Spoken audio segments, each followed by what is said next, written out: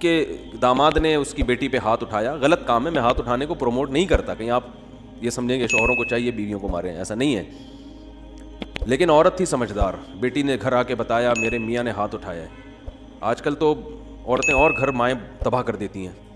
تو ماں نے کہا بیٹا دیکھ شوہر نے ہاتھ اگر اٹھایا ہے نا تو کوئی تو بات ہوئی ہوگی. فوراً کیا کرتے ہیں, فون گھما کے داماد کو گالیاں دینا شروع کر دیتے ہیں. یہی ہوتا ہے نا آج کل مارکیٹ میں, اٹھا گیا تو نے ہاتھ کیسے اٹھایا, ہوتا کون ہے تو.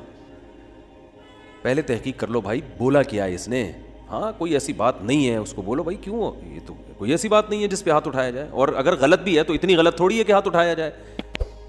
تو بس جذباتیت کا شکار ہیں, افراط و تفریط ہے, پولائٹ بننے کے چکر میں سارا بیڑا غرق ہو رہا ہے. صحیح ہے نا, یہ اسلام کے اخلاق نہیں ہے. ہر چیز بیلنس ہے اسلام میں, ہر چیز. کتنا پیارا اصول ہے, بچے کو 7 سال کی عمر میں محبت سے سمجھاؤ, مارنے کی اجازت نہیں ہے. چھوٹا ہے بھائی, نماز پڑھے ٹھیک ہے, نہیں پڑھے تو بھی ٹھیک ہے, 10 سال تک برداشت کرو. 3 سال تمہارے پاس ہیں محبت کے لیے, 10 سال میں بھی نماز نہیں پڑھتا تو اب انسان لاتوں کے بھوت ہاتھوں سے نہیں سمجھتے, اب ہاتھ اٹھانا پڑے گا آپ کو. اب نہیں اٹھائیں گے تو یہ پولائٹنس نہیں ہے, یہ آپ کے نالائق ہونے کی, بولو نا بھائی, دلیل ہے, آپ کے نالائق ہونے کی دلیل ہے.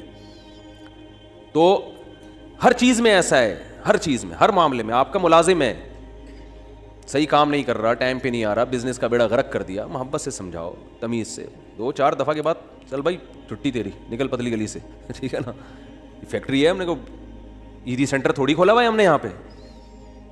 ہمارے ایک رشتے دار فیصل آباد میں